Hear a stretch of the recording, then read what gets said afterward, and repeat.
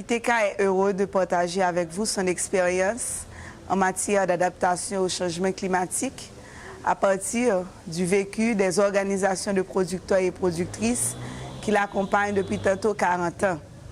L'exemple le plus concret que je peux vous donner, c'est l'exemple de la coopérative de production et de commercialisation de mangue, la variété Francisque, qui est une variété très prisée en Haïti et qui est un produit d'exportation d'importance, puisque en 2014, l'exportation de la mangue Francisque a fait rentrer 13,4 millions de dollars de recettes à l'État haïtien. La commune de Gros-Morne, où se situe la coopérative, fournit 30% de la production de la mangue Francisque. Donc, cette coopérative est active depuis 2008 et ça va faire bientôt 10 ans que ITK l'accompagne. Mais de la date de sa création jusqu'à aujourd'hui, la coopérative a perdu 50% de ses membres. Qu'est-ce qui fait que les membres de la coopérative ont progressivement très peu d'intérêt pour commercialiser à travers la coopérative? Donc on a remarqué que depuis 2016, la coopérative a fait beaucoup de pertes. Donc en 2016, elle a collecté 28 271 douzaines de mangues, mais elle n'a pu commercialiser que 61% de ce volume-là. La coopérative a accusé un déficit au niveau du commerce de la mangue et n'a pas pu distribuer des ristounes à ses membres. La même chose s'est passée en 2017. Elle a collecté beaucoup moins de mangue et le déficit a été beaucoup plus criant. En 2018, il y a eu, disons, des phénomènes climatiques, mais vraiment extraordinaires, qui ont frappé la production de la mangue Francisque. Tout d'abord, il y a eu une sécheresse. La première floraison a été perdue. Donc après, il y a eu une pluie inattendue en février. Donc les producteurs et productrices n'attendent pas cette pluie normalement. Donc ce qui a fait que la mangue, la production a accusé un retard énorme. La récolte qui était attendue vers avril-mai a été effective vraiment fin juillet, début août. Je dois vous dire que la récolte a été perdue parce que, arrivé à l'usine, un échantillon prélevé sur la cargaison a révélé que cette mangue-là, il y avait beaucoup de verre. Ce qui fait que la coopérative a perdu toute sa production. Donc on comprend un petit peu pourquoi les producteurs et productrices ne veulent pas commercialiser ou bien ne sont pas intéressés à commercialiser à travers la coopérative, puisque justement ils anticipent un gain. Mais maintenant, questionner sur ce qui s'est passé, les producteurs et productrices n'ont pas pu s'expliquer eux-mêmes ce qui s'est passé. Et de toute manière, on a vu que c'était des phénomènes climatiques. Donc, et là, il y a eu vraiment une sensibilisation de ITK vers les producteurs pour que eux autres ils puissent essayer de comprendre qu'est-ce qui s'est passé. Malgré justement cet effort d'ITK, le bureau d'agricole communal qui est dans la commune, justement, n'a rien fait. Il n'y a eu aucune intervention ni pour expliquer aux producteurs et productrices ce qui s'est passé, ni pour les accompagner. Ça a été une situation mais vraiment désastreuse pour les producteurs qui normalement anticipent ce revenu pour justement préparer la rentrée scolaire et aussi pour préparer d'autres campagnes. L'impact de tout ceci, c'est qu'il faut comprendre que à Gros-Morne, la production de la mangue, c'est quand même la deuxième source de revenus après la canne à sucre pour les petits exploitants.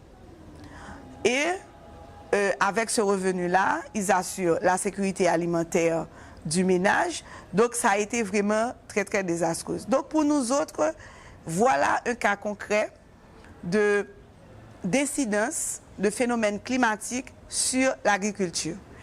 Et pour ITK, pourquoi c'est encore plus préoccupant, c'est que l'agriculture en Haïti, c'est un des secteurs les plus touchés par les phénomènes climatiques.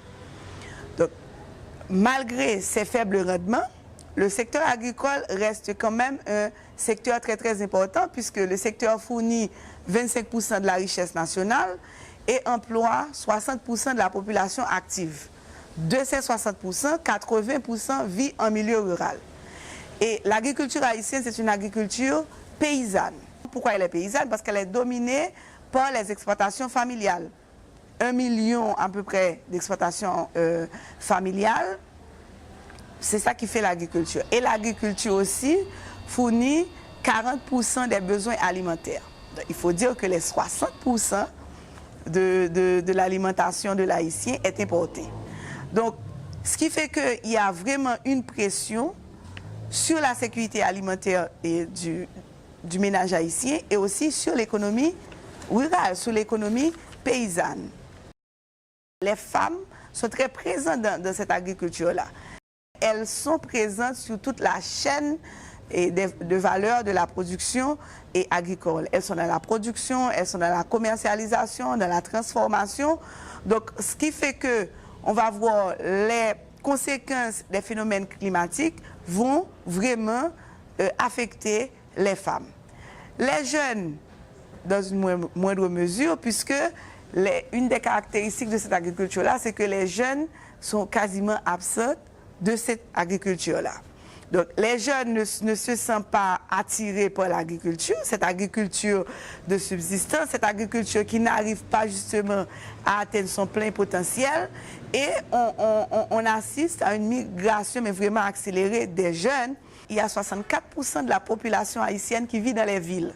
C'est une tendance vraiment à la hausse. Ce qui fait que, et il faut dire que, quand même, en 1996, par exemple, un tiers de la population haïtienne vivait en milieu rural. En février 2017, le Parlement haïtien a ratifié l'accord sur le climat. Donc ça a été une bonne nouvelle pour Haïti. Et actuellement, Haïti dispose d'une version actualisée du Plan national d'adaptation au changement climatique. Mais il faut dire que cet effort qui est constaté de la part des autorités haïtiennes n'est pas encore ressenti par les organisations. On doit quand même dire que l'agriculture ne reçoit que 5% du budget national. Donc, et pour ITK et pour d'autres organisations qui appuient les producteurs et aussi pour les organisations de producteurs, les mesures durables d'adaptation au changement climatique passent nécessairement par des politiques publiques qui soutiennent l'agriculture paysanne. Et un modèle, je veux dire, un modèle que ITK soutient, c'est le modèle agroécologie et agroforestier. C'est un modèle qui combine l'agriculture et la protection de l'environnement. C'est un modèle qui permet aux paysans justement de diversifier ses cultures, qui lui permettent d'associer plusieurs variétés, des variétés résistantes à la sécheresse. Ça permet aussi aux paysans d'être moins dépendants pendant toute l'année d'une seule culture. Donc c'est un modèle aussi qui est expérimenté par ITK dans d'autres zones, des zones qui étaient particulièrement touchées par les phénomènes climatiques comme les ouragans et inondations. Donc là maintenant, ITK est en train de faire une expérience à travers un projet qui est financé par le gouvernement du Québec, qui est mis en place par ITK en collaboration avec Développement et Paix. Le programme s'appelle ProClimat. C'est un programme justement qui va permettre à ITK de systématiser ce modèle agroforestier, agroécologique. Donc là, il y aura une association de jardins agroforestiers, élevage de poules, de lapins, vraiment pour permettre aux paysans et aux paysannes de s'insérer en même temps d'assurer sa sécurité alimentaire, la sécurité alimentaire du ménage, mais aussi de s'insérer durablement sur le marché. Parce que le paysan haïtien, on pense que c'est seulement une agriculture de subsistance qu'il fait, mais de plus en plus, on a une agriculture qui est tournée vers le commerce. Et là, le modèle que ITK prône, c'est un modèle d'entreprise axé sur l'économie sociale et solidaire où on peut avoir des initiatives collectives qui sont portées par des groupes de jeunes, de femmes, et qui sont vraiment ancrés sur le territoire. Donc, on pense que l'urgence du moment, c'est premièrement de soutenir l'agriculture paysanne. Donc, on parle de la COP 24. Donc, vraiment, le pas qui devrait être fait, c'est que remettre l'agriculture paysanne, remettre les petits agriculteurs, agricultrices au cœur du débat. Permettre que ce que le paysan ou la paysanne a l'habitude de faire, permettre que ça soit justement au cœur des politiques publiques, mais des politiques publiques cohérentes et des politiques coordonnées pour que ce qu'on fait au niveau du commerce soit en lien avec ce qui se fait dans la production, ce qui se fait avec la politique d'intégration des jeunes, d'intégration des femmes, vraiment pour que les protagonistes eux-mêmes, les paysans, les paysannes eux-mêmes puissent être associés à la formulation de ces politiques-là. Donc, ITK croit que vraiment qu'il faut qu'il y ait une très bonne volonté politique. Il faut que les organisations puissent vraiment être au courant de ce qui se passe, qu'il y ait vraiment des programmes vraiment adaptés de sensibilisation et d'éducation en direction des paysans qui ne se retrouvent plus. Parce qu'ils ne contrôlent plus le calendrier culturel, ils ne contrôlent plus la pluviométrie, parce que le paysan haïtien avait des repères. Et là maintenant, il est en train de perdre ses repères à cause justement des phénomènes climatiques.